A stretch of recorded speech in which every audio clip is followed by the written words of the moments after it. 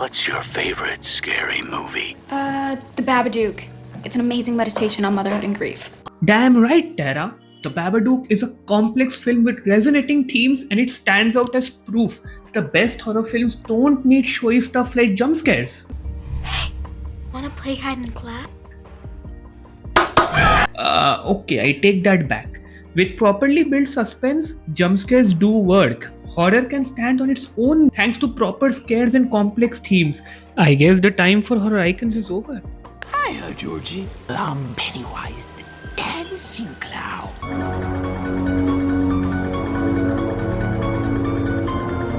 I guess I was wrong. Deep themes, suspenseful jump scares, and horror icons all at once? This was the beauty of the 2010s. It was a full-blown renaissance for horror cinema. Now, horror has existed as a major genre since the early 1900s. It thrived in atmosphere, tension, and icons like Michael Myers, Freddy Krueger, and Jason Voorhees. Please, God. This is God. I'm not even kidding when I say people in the 1980s who went camping were probably more scared of getting slashed by Jason than getting mauled by a bear. But then came the 2000s, and let's be honest, there was a creative lull. Remakes, reboots, sequels, and not even the good kind. Sure, there were solid films here and there, but they were far and few between. Then came the 2010s. The first sign that things were changing? The return of the haunted house genre. Insidious, The Conjuring, Sinister. They signaled that true atmospheric horror was back. I still remember watching The Conjuring as a kid and not sleeping all night because I was just convinced that someone was going to pull my leg from under the bed.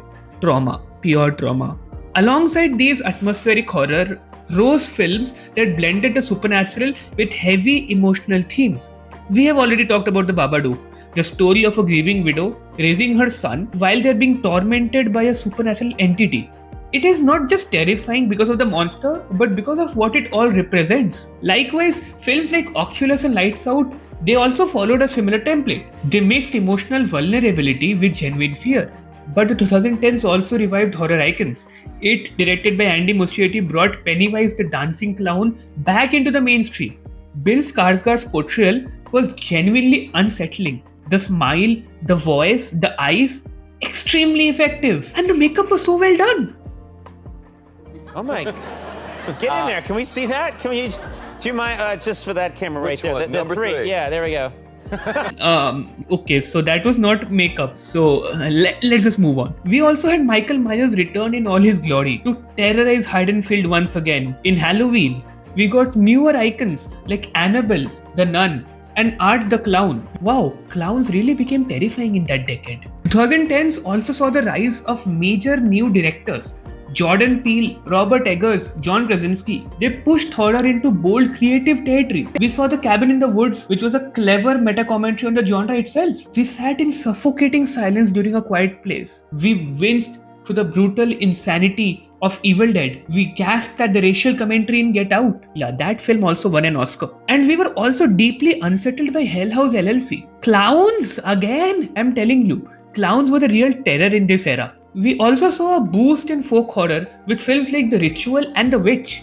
I still remember watching The Witch in 10th grade and genuinely wondering whether I was watching something I wasn't supposed to.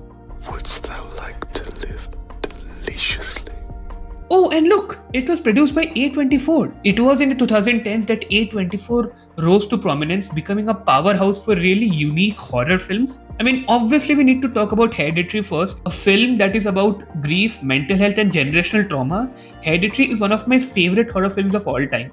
The performances are just exceptional, the horror elements are deeply disturbing, but what truly makes it stand out is the meticulous detailing. Every rewatch reveals something new in the story. Midsommar is a sun-drenched descent into cult horror which is wrapped in a breakup story, and it deals with themes of grief and letting go. Raw, blended coming of age with cannibalism. I mean, that's the best route to go, right?